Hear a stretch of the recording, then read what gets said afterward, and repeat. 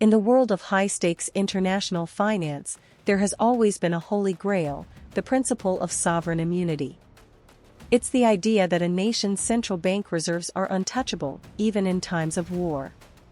For decades, this wasn't just a rule, it was the foundation of the global order. But tonight, that foundation is shaking. As the war in Ukraine enters its most brutal winter yet, the West has just crossed a Rubicon that many thought would remain untouched. We are talking about the decision to not only freeze but to effectively weaponize $300 billion of Russian state assets. To understand why this is a historic shift, we have to look past the numbers and into the deep strategic anxiety now gripping both Brussels and the Kremlin. For nearly 2 years, a fierce debate has been raging behind closed doors in the European Union. On one side, you had Washington and London, pushing for an aggressive seizure of these funds. On the other, you had Germany and France, hesitant and fearful. Their fear wasn't about morality, it was about the euro. They worried that if they seized Russian money, other nations, like China or Saudi Arabia, would lose faith in the Western financial system and pull their own billions out of Europe. But as the New York Times has recently detailed, that hesitation has vanished. Why now? Because the cost of the war is reaching a breaking point. Western taxpayers are asking how much longer they can fund this conflict. The answer from the G7 is now clear: let Russia pay for it.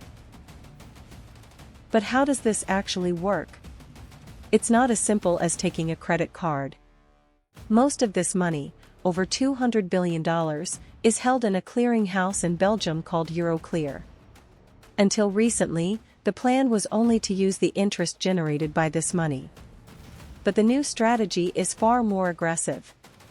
We are seeing a move toward using the principal amount as collateral for massive loans to Ukraine.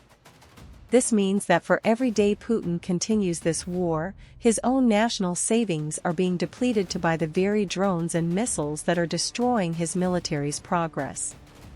It is a strategic feedback loop that the Kremlin never anticipated. The Kremlin has not been silent. Dmitry Peskov and other Russian officials have called this downright theft and warned of legal consequences that will last decades. But the real threat isn't in a courtroom. It's in the physical assets still inside Russia. There are still billions of dollars worth of Western factories, equipment, and investments sitting on Russian soil. If the West takes the $300 billion, Putin is prepared to nationalize every Western asset he can get his hands on. We are watching the decoupling of the global economy in real time. This is no longer just a territorial war in the Donbass. It is a total financial war where there are no innocent bystanders. What happens next will define the global economy for the next 50 years. If the West succeeds in using these assets to tip the scales in Ukraine, it proves that the dollar and the euro are the ultimate weapons of the 21st century. But if this causes a flight from Western currencies, we may look back at this moment as the day the era of Western financial dominance began to end. As the snow falls on the front lines, the real battle is being fought in the ledgers of central banks. And for the first time, Vladimir Putin is realizing that the money he saved to sanction-proof his empire is the very thing that might bring it down.